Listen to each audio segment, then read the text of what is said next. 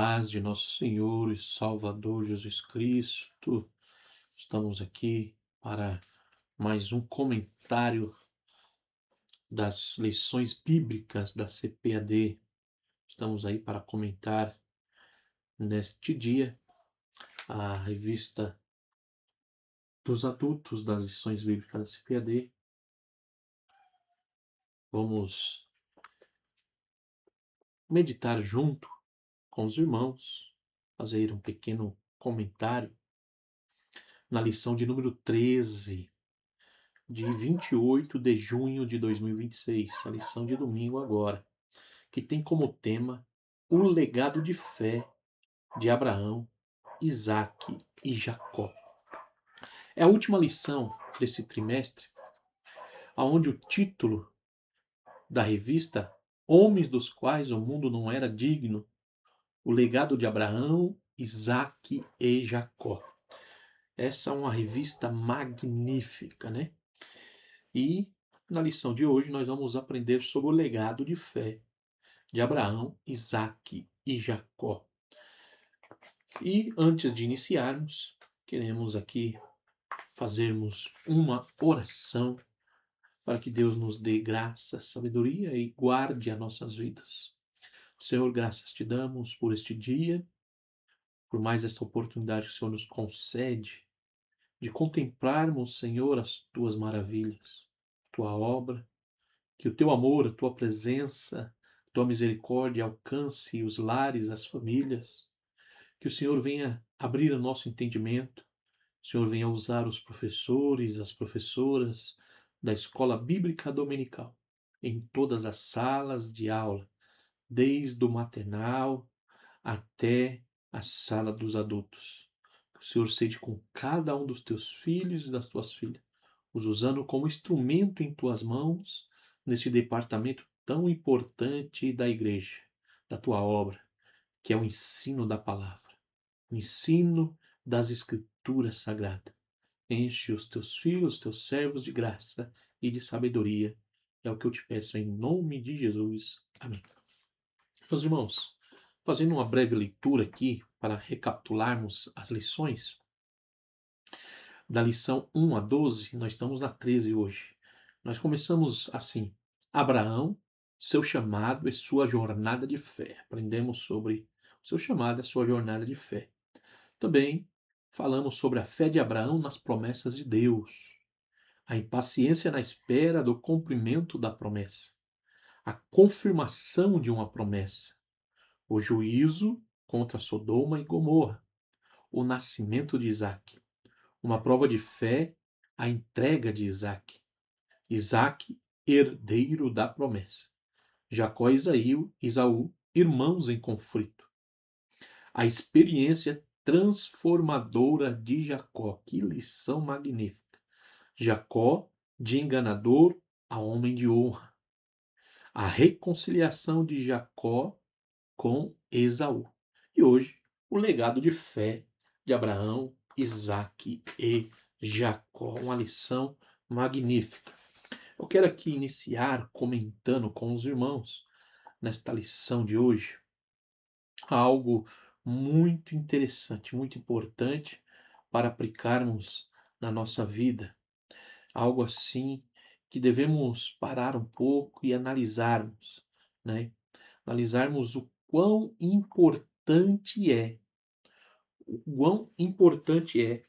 a escola bíblica dominical. A escola bíblica dominical é de suma importância para a nossa vida, porque ela deve gerar em nós o aprendizado da palavra de Deus, de uma formação não só acadêmica, mas com uma formação de princípios espirituais e valores morais. É gerado, né? Deve ser gerado na vida do cristão através da escola bíblica dominical. Nós vamos ver que a escola bíblica dominical ela tem um papel muito relevante na formação do caráter do ser humano, do irmão, da irmã, desde a criança ao novo convertido, quanto mais ele frequenta ou nós frequentarmos a escola dominical, e quando a escola dominical bem aplicada em nossas vidas e na vida da igreja, dos irmãos, ela tem este poder de formar o caráter cristão, né?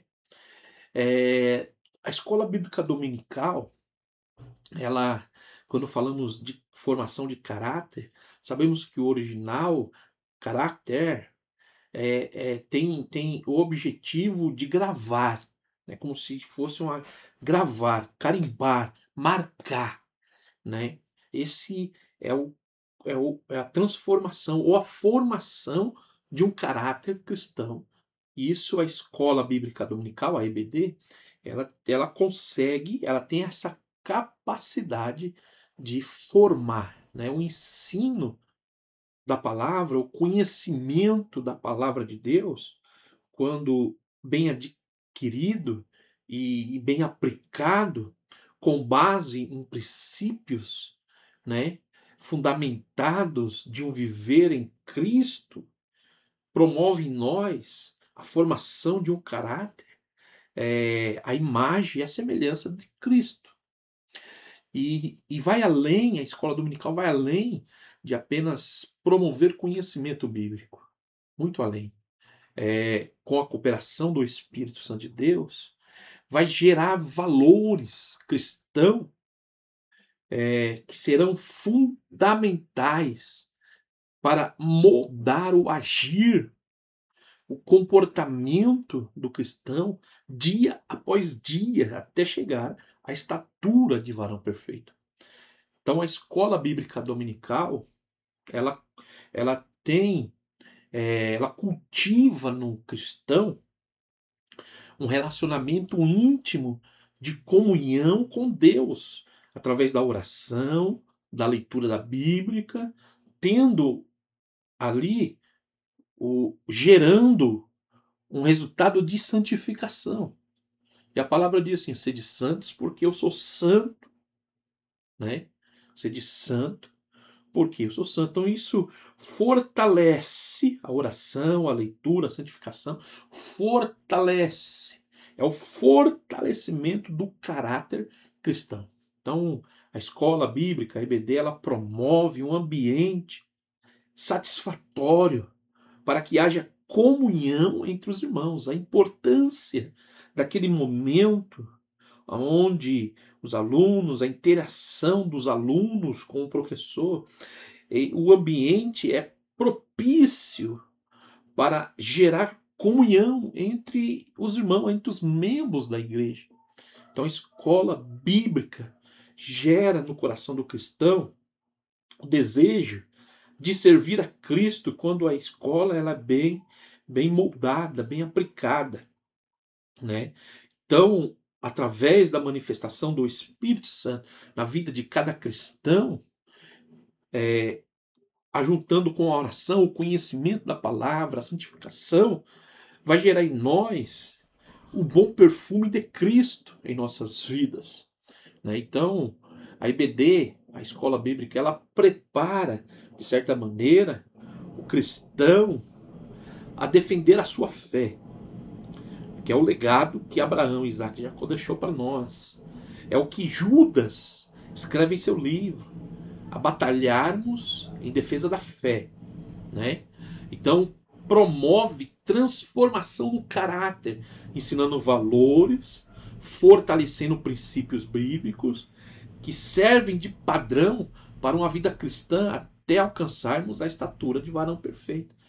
Efésios 4:13, né? Então, é muito importante a escola bíblica dominical. Então, nós damos início aqui a comentarmos no texto áureo. Texto áureo, que é um texto assim magnífico, que diz assim, ó, Hebreus 11:8. Pela fé, olha aí, pela fé, Abraão sendo chamado, olha aí, chamado. Pela fé, Abraão sendo chamado, obedeceu.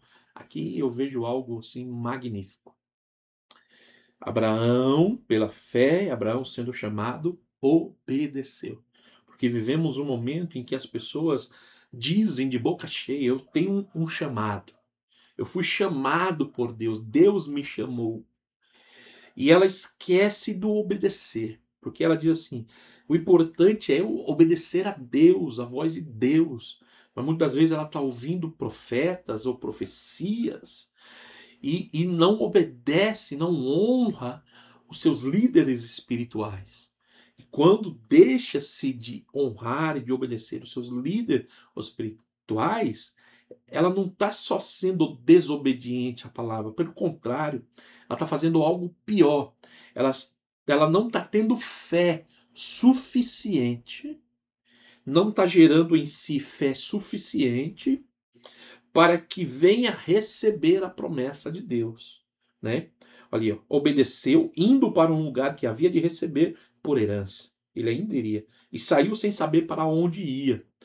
Então a geração de hoje, ela anda por vista, ela enxerga no seu entendimento distorcido pelas vaidades, pelos comichões nos ouvidos, por ventos de doutrinas, ela enxerga que aquela opção, aquela porta, aquela oportunidade, ela deve entrar por aquele caminho. Então ela começa a não ouvir os seus líderes, porque os seus líderes às vezes é contrário ao desejo que ela tem ali no coração.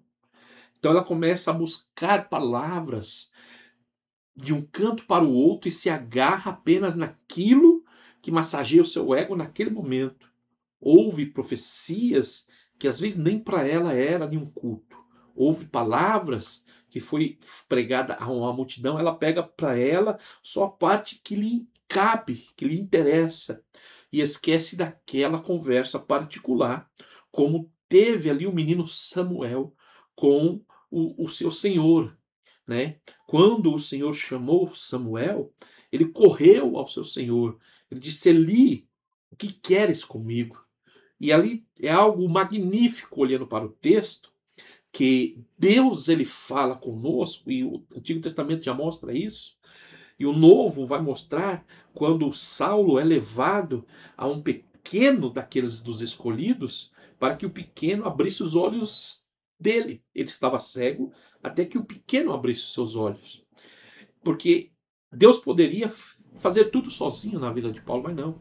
Deus fez com que Paulo fosse ao o pequeno orasse por ele, depois ele ficou um período aprendendo, ouvindo, e depois, pelo seu testemunho, ele foi separado. Mas no meio do povo, no meio da igreja, ele foi separado, né? Aí sim, Paulo foi enviado pela igreja. A igreja o enviou. O Espírito Santo falou com a igreja. Então, é de regra, quando Deus fala com a voz do líder, do Senhor de Samuel. E é tanto que quando ele ouve Samuel, ele entende que era Eli, porque Deus fala com a voz do servo. Então Deus usa os seus servos para falar conosco. Então a escola dominical vai nos dar bagagem suficiente para identificarmos quando realmente é Deus falando conosco. Porque Deus é ordeiro para se fazer a obra. Hoje, as pessoas usam o nome sistema. Precisa sair do sistema, não. O sistema é falho por causa dos homens, mas Deus não falha. E quando nós deixamos de obedecer às autoridades espirituais sobre a nossa vida, eu não estou só desobedecendo às autoridades espirituais sobre a minha vida. Eu estou deixando de crer na promessa de Deus e de que Deus é poderoso para cumprir as suas promessas na minha vida. Vamos lá. A verdade prática é algo magnífico também. A verdade prática diz assim: ó, Abraão, Isaque e Jacó deixaram um legado de fé em Deus para as futuras gerações. Olha aí, Abraão, Isaque e Jacó deixaram um legado de fé em Deus para as futuras gerações. Então, tudo que nós fazemos precisa estar em Deus. A verdade é que as nossas ações o nosso legado, seja ele qual for, tem que estar em Deus. Fora de Deus, não é legado, não é testemunho. E muitos estão fora. E a prova é quando olhamos para Apocalipse, que diz assim: eu preguei em teu nome, Senhor, não te conheço. Expulsei demônios no teu nome, não te conheço. Mas eu fui pelas nações e ganhei muitas almas em teu nome, não vos enviei. Pessoas que estão servindo a obra, mas não ao dono da obra. Pessoas que estão fazendo a obra, mas não foram chamados pelo dono da obra. Eles se infiltraram na obra. Eles entraram na obra porque alguém abriu a porta, mas essa porta não foi o Mestre Jesus. A leitura diária aqui é magnífico. A leitura diária é coisa fora de sério. Se nós acompanharmos a leitura diária, dia após dia, vamos aprender coisas magníficas, né? Gênesis capítulo 12, aqui em Gênesis capítulo 12, que é a leitura de segunda-feira, o versículo 1 ao 3, o legado da obediência de Abraão diz assim, ó: ora, o Senhor disse a Abraão: sai da tua terra e da tua parentela e da casa de teu pai para a terra que eu te mostrarei. E far-te-ei uma grande nação, e abençoar-te-ei, engrandecerei o teu nome, e tu serás uma bênção. E abençoarei os que te abençoarem, e amaldiçoarei os que te amaldiçoarem, e em ti serão benditas todas as famílias da terra. Olha aí, isso daqui é magnífico. O legado da obediência de Abraão. Então, quando o Senhor está dizendo para ele, sai do meio da tua parentela, Deus está falando direto com Abraão, porque ainda não tinha sobre a vida de Abraão um líder religioso.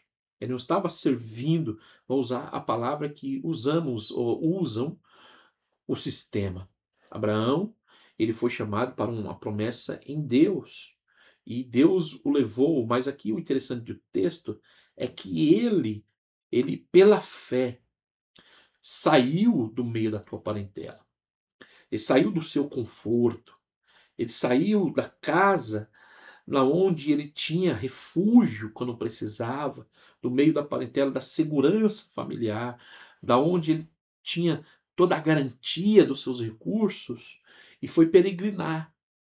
Foi para um lugar que ele nem sabia onde, porque hoje estão querendo servir ao Senhor, mas com garantias, à vista, conforme eles sentem-se seguro, eles fazem. Se não se sente seguro, eles não fazem.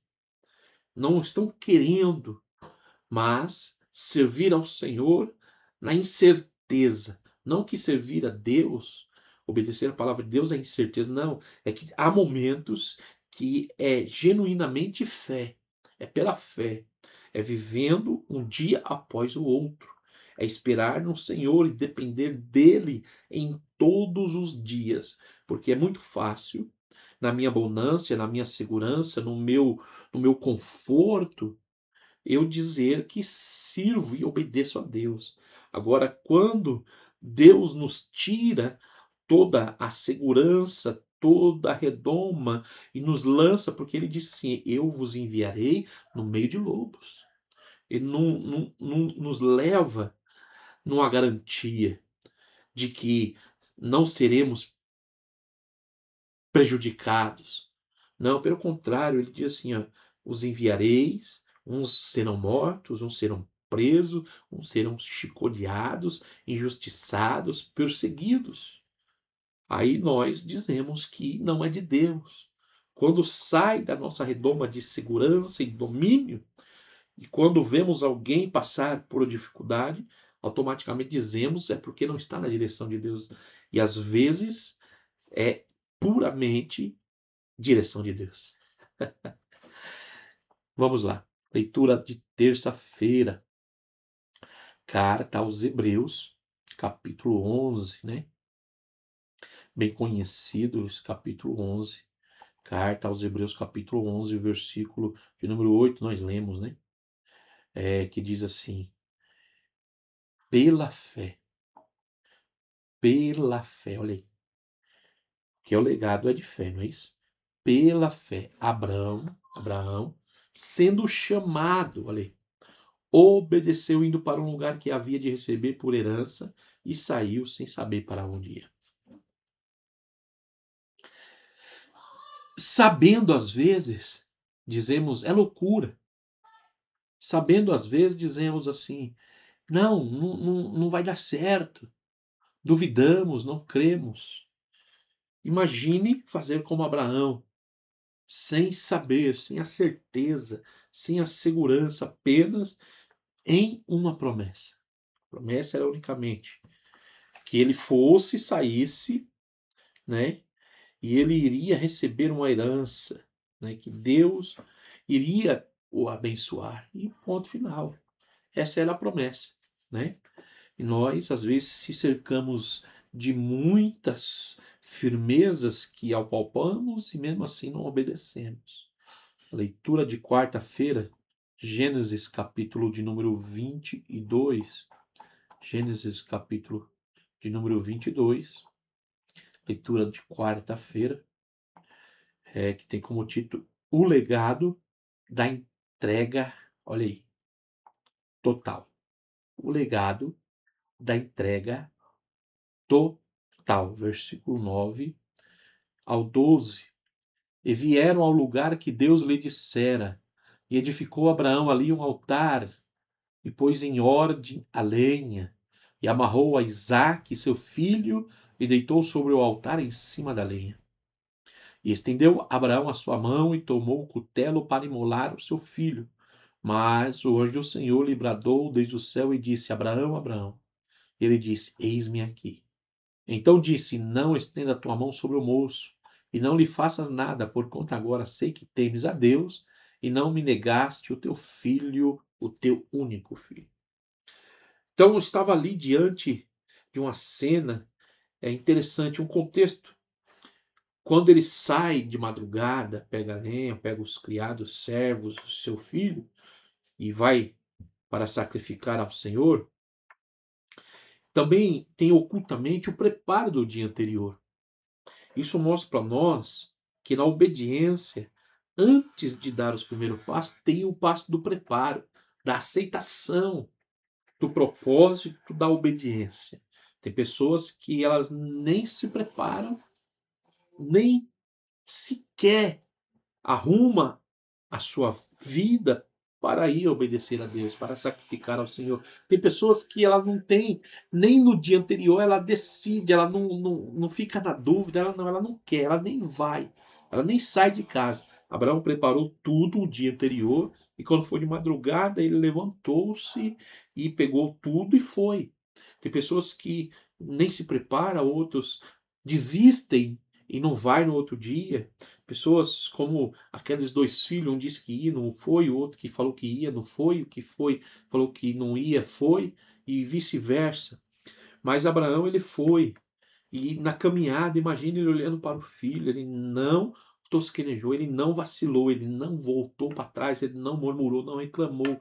E quando ele subiu, ele preparou, colocou em ordem a lenha, amarrou, pegou seu filho, amarrou em cima ali, e pegou outro cutelo e foi. Deus permitiu que Abraão fosse a última instância. Aí você pode dizer assim, mas Deus, como alguns dizem, é polêmico a passagem, Deus pediu um sacrifício humano.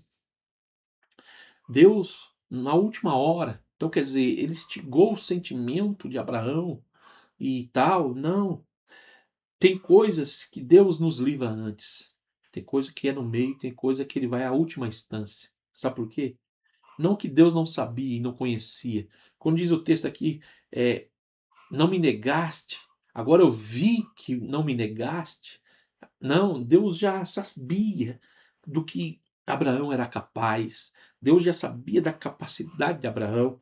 Por isso Deus deixou ir à última instância simplesmente para quê? Para que Isaac aprendesse, para que todos ao redor aprendessem, para que Abraão mesmo se conhecesse. Às vezes Deus nos deixa ir à última instância da nossa prova, da nossa luta, para que nós mesmos venha nos conhecer até onde nós resistimos e até onde nós somos fiéis e obedientes a Deus.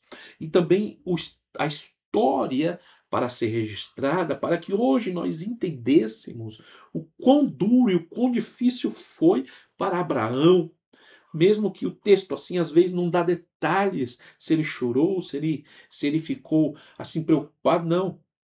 Simplesmente para nós entendermos e observarmos que Deus, ele permite que nós chegamos à última instância. Para quê? Porque existe uma grande nuvem de testemunho nos observando. Então a nossa vida, ela também serve de testemunho em prol da obra, do evangelho. Alguns serão mártires, uns e morrerão. Alguns serão apedrejados, mortos, crucificados, açoitados. Para quê? Para que haja crescimento na obra. Pode parecer sim coisas, uma loucura, mas o evangelho é uma loucura. A pregação do evangelho é uma loucura. Então Deus, ele mostra para nós através da vida de Abraão a entrega total, ele se entregou totalmente. É onde nós devemos avaliar, será que eu estou pronto para me entregar totalmente ou eu vou fazer a obra de Deus até onde eu não sofra dolo, eu não sofra dano, eu não venha a sofrer. Então, quando as pessoas começam a sofrer, a perder, ela desiste de obedecer e ser fiel. Elas querem obedecer enquanto são honradas. Elas querem ser fiel enquanto estão recebendo lucro, elogio e recebendo títulos e posições. Mas quando começa a correr risco de perder e perder a vida, muitos desistem. Abraão foi até o final. Leitura de quinta-feira, Gênesis capítulo de número 24, o versículo é o 24 e o 25, que diz assim a palavra de Deus para nós. E ela disse, eu sou filha de Betuel, filho de Milca, e qual ela deu a Naor, né? Gênesis 24, 12 e 14. Perdão, 12 e 14. 12 ao 14. E disse, ó Senhor, Deus de meu senhor Abraão, dá-me hoje bom encontro e faz beneficência ao meu senhor Abraão. Eis que estou em pé junto à fonte de água, e as filhas dos varões da cidade saem para tirar água.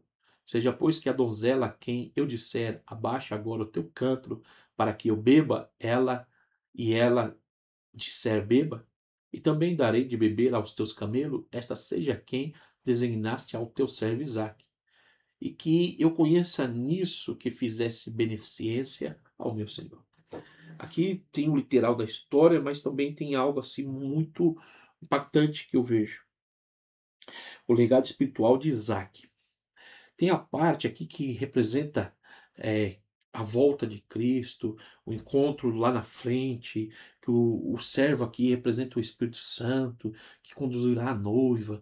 Mas o interessante é assim, nós temos uma linguagem de usar assim, a tua Rebeca, o meu Isaac, a minha Rebeca. Deus está preparando. Então, Isaac confiou plenamente no pai. O pai confiou plenamente que o servo iria trazer do meio da parentela, ia trazer a noiva do seu filho. E ali ele fala com Deus para que preparasse tudo. Então você vê a harmonia. Então eu quero lhe dizer, será que para os solteiros você está esperando em Deus o teu Isaac e a tua Rebeca? Você está esperando em Deus porque olha só, Isaac estava esperando, aguardando. O servo estava lá esperando o sinal para que ele vesse a noiva e trouxesse. E ele trouxe a noiva. Isaac encontrou-se no caminho e depois eles entraram pelos portões, aonde a igreja será arrebatada, o Espírito Santo a conduzirá ao encontro com o Senhor nos ares e depois eles entrarão, né, pelos portões celestiais.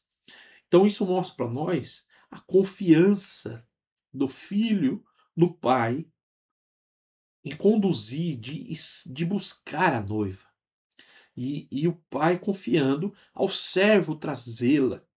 Então, será que estamos esperando, confiando realmente em Deus? Que Deus tem o melhor, que Deus conduzirá Rebeca ao encontro de Isaac? Ou você está sendo afoito, você está sendo apressado, indo para os teus olhos, escolhendo pessoas que tanto escolhe, como quando Deus traz, ele rejeita. Então Deus ele prepara e traz até você a Rebeca. O encontro de Isaac com Rebeca acontece com a direção do Espírito Santo e todo o preparo de Deus. Deus, ele prepara esse encontro glorioso. Isaac fica aguardando em oração. Então é um legado espiritual muito grande. Então, será que estamos de fato aguardando no Senhor a volta de Jesus? Será que estamos aguardando os solteiros para ter um bom casamento, um bom relacionamento, um bom encontro? E Deus ele arquiteta para que esse encontro aconteça de uma maneira magnífica. Sexta-feira, Gênesis 26, leitura de sexta-feira. É só uma pincelada, né? Para nós chegarmos no domingo e poder entender do assunto, fazer as perguntas e também ler e ajudar ali, interagirmos melhor, né, na escola dominical. Gênesis 26, 24 e 25, que diz assim, ó, e apareceu-lhe o Senhor naquela mesma noite e disse, eu sou o Deus de Abraão, teu pai. Não temas, porque eu sou contigo, e abençoar-te-ei e multiplicarei a tua semente por amor de Abraão, meu servo. Então edificou ali um altar e invocou o nome do Senhor, e armou ali a sua tenda, e os servos de Isaac cavavam ali poço. Então, Deus está dizendo para Isaac, dizendo assim, olha, eu serei contigo, te abençoarei, como fui com teu pai Abraão. Deus se revela a Isaac. E Deus, ele quer se revelar a você. Deus, ele quer se revelar a mim, ele quer se manifestar em nossas vidas. E ele quer dizer assim, como eu fui com as gerações passadas, a igreja, com os homens e mulheres de Deus, das gerações passadas, eu serei convosco também. Eu também serei contigo, também te abençoarei. Assim como Deus abençoou os nossos pais na igreja, os nossos irmãos lá atrás, Ele também será conosco hoje.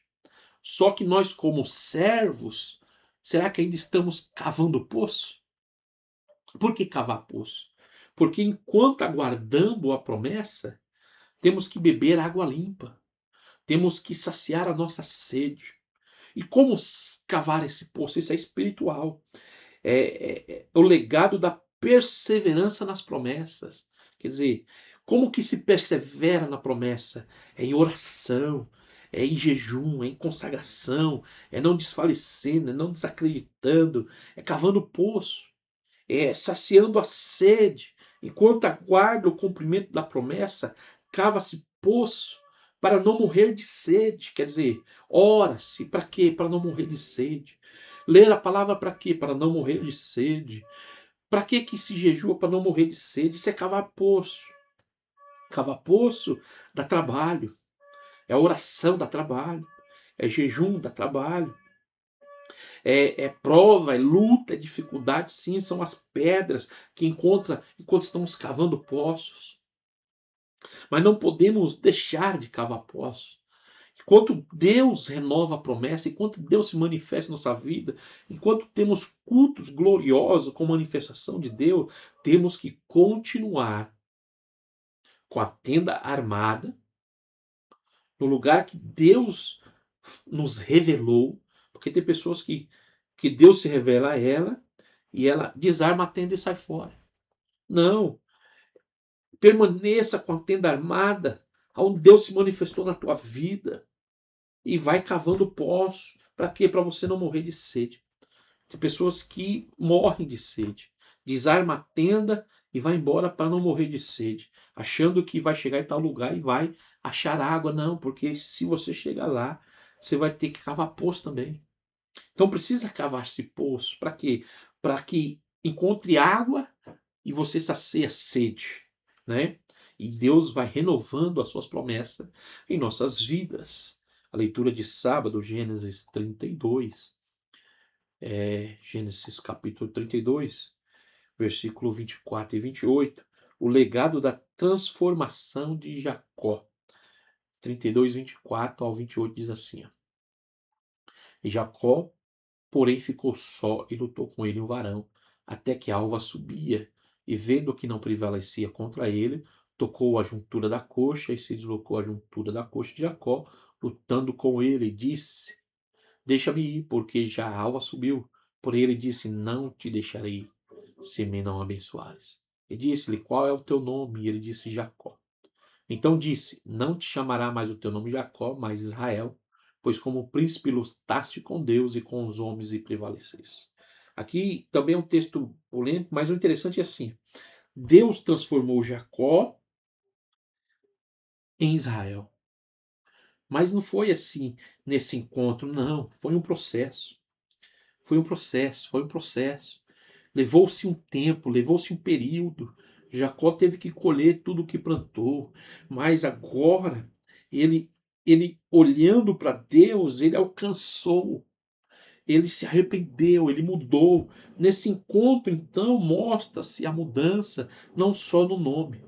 Deus mudou o nome dele, mas também nesse encontro houve uma transformação, não só de nome, o nome de enganador para príncipe com Deus. Israel significa príncipe com Deus. Por que com Deus? Esse com Deus é importantíssimo. Não é príncipe de Deus, é com Deus, porque com Deus é príncipe, sem Deus é enganador. Então nós só somos alguma coisa com Deus, sem Deus não somos nada. Eu e você só somos alguma coisa com Deus, só somos príncipe com Deus. Sem Deus somos lixo, somos enganador, somos nada. Então a transformação desse encontro não se dá só no nome, porque as pessoas querem o título que ele recebeu, o novo nome, o título de príncipe, o título de pastor, de evangelista, de pregador, de profeta, é muito bom, mas isso é com Deus. Sem Deus, nada. Sem obediência, nada. Sem transformação, nada. É preciso haver uma transformação. E a transformação física aconteceu. Porque quando ele é tocado, ele sai mancando. Então, há uma transformação física no comportamento. Quem tem um encontro com Deus, ele torna-se uma pessoa diferente. Ela, além de ser obediente, ela é fiel, ela é temente, ela é amorosa. O fruto e as suas qualidades são manifestas na vida do crente. Então, o encontro aqui não foi só de nome, mas foi físico, foi espiritual, porque é de dentro para fora a mudança. Ele agora, ele se humilha, ele vai com temor encontrar o seu irmão, ele vai se acertar com o seu irmão. Deus ordena e volte, acerte-se com Esaú e ele volta. Deus preparou tudo porque houve uma transformação na vida de Jacó. Sem a transformação vai dar errado. O encontro com quem nós temos que acertar conta, se não tiver Deus no negócio, vai dar errado. Não adianta chegar em alguém e querer resolver do teu jeito, pedir perdão do teu jeito, querer que a pessoa te perdoe do teu jeito, com as tuas razões, com as tuas atitudes, você dizer eu estou certo, eu sei o que eu estou fazendo, eu estou na direção de Deus e querer que vai tudo bem, que tudo dê certo. Você não querer que teu irmão fique bravo com você, que teu irmão não exploda com você. Se Jacó fosse lá com arrogância, se Jacó fosse a Esaú, eu agora também sou rico, eu também tenho promessa de Deus, eu lutei com Deus, eu prevaleci, e cheio e Deus falou comigo, eu voltei porque Deus mandou, e eu estou na direção. Não ia dar bem esse encontro. Mas não, Jacó ele foi na direção de Deus com a vida transformada. Lá dentro estava transformado. Ele estava quebrantado.